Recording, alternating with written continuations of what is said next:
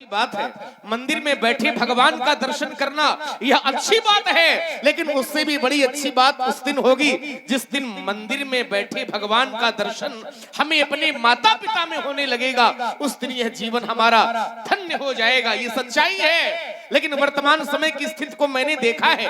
माता पिता ने पुत्र को पढ़ा लिखा करके बड़ा कर दिया। व्यास जी महाराज, जिस माता पिता ने पुत्र को पढ़ाने लिखाने के लिए अपने गहने तक बेच दिए और पुत्र जब धन कमाने लगा तो पुत्र ने सबसे पहले घर से माता पिता को ही बाहर कर दिया।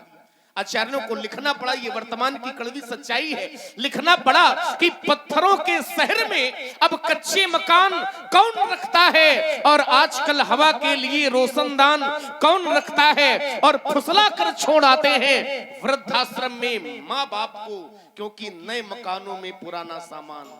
इसलिए हमें अपनी संस्कृति की ओर लौटने की आवश्यकता है, संस्कारों की ओर लौटने की आवश्यकता है। और हमारे संस्कार ये कहते हैं कि प्रातः काल उठ के रघुनाथा और मात पिता गुरु नावई, बड़े भाग मानुष तन पावा, ये तो सभी लोग जानते हैं। लेकिन मनुष्य का शरीर सफल कब है? तो आचार्य कहते हैं मात पिता गुरु स्वामी सिख सिर धरी करें सुभाय और तब लहव लाभ तिन जन्म कर नतरु जन्म जग जाए। उस व्यक्ति का जीवन व्यर्थ है जिसने माता पिता गुरु जी की सेवा नहीं की है। जो व्यक्ति अपने माता पिता की पूजा कर लेता है उसको तो घर बैठे ही सारे तीर्थ प्राप्त हो जाते हैं। पिता धर्मा पिता स्वर्गा पिता ही परमम तपः और पितरि प्रीतिमा पन्ने प्रियन्ते सर्व देवता पितरो यस्य तृप्यन्ति सेवया च गुणेन च तस्य भागीरथी मन गंगा जी तस्य भागीरथी स्नान महन्यहनि वर्तते।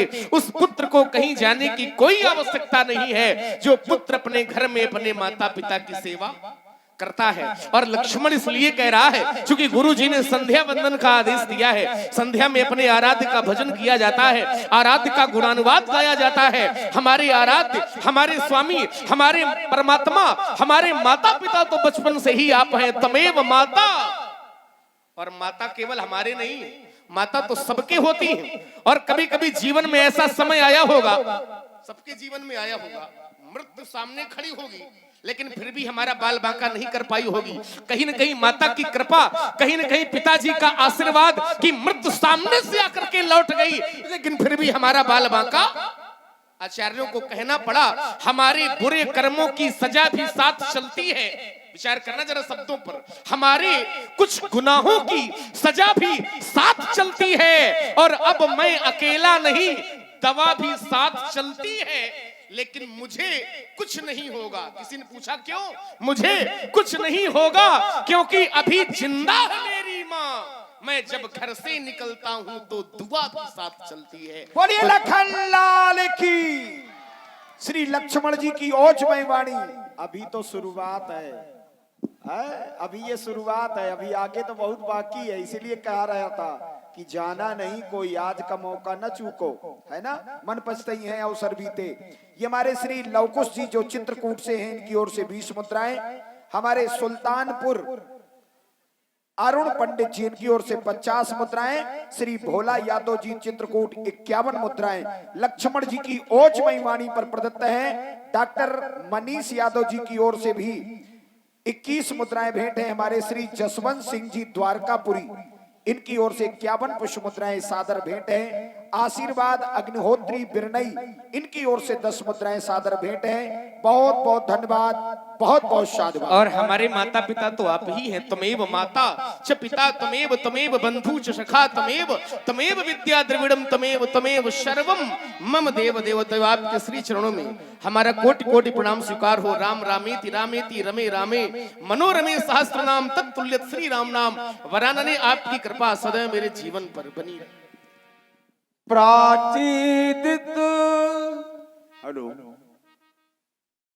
सत उभयुत भाव सिय मुख सरिस देख दुख पाओ। बहुरी विचार कीन मन बाही सिय बदन समो हिम करना। और आप लोग देख रहे हैं पहला धन्यवाद तो हमारी आयोजक समिति को है कि आज ये मंच पूरब दिशा की ओर बना है। जब ये चौपाई आज इस मंच में सार्थक हो रही है, भगवान श्री राम जी संध्या वंदन कर ही रहे थे, उनकी दृष्टि पूरब दिशा की ओर जाती है और देखते हैं कि पूर्व दिशा से चंद्रमा का भव्य उदय हुआ है।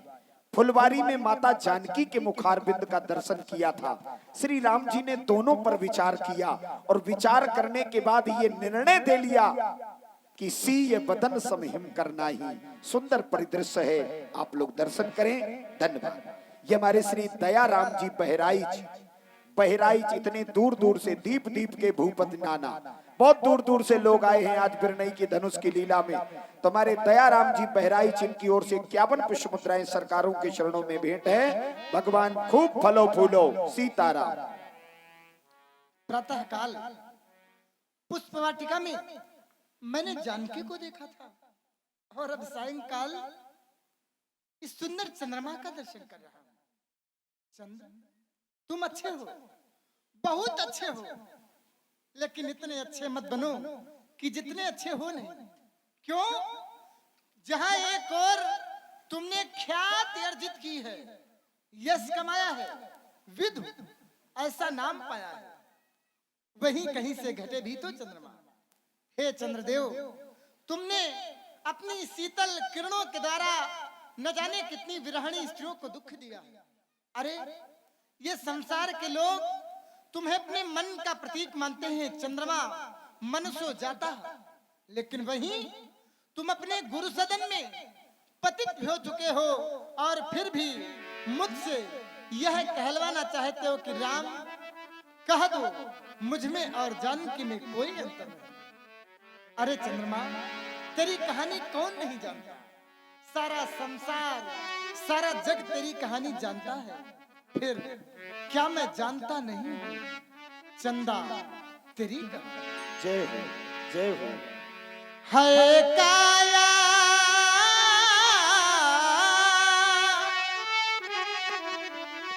सिय मुख लखं, अति सुखमा सुख कम। अरे जानकी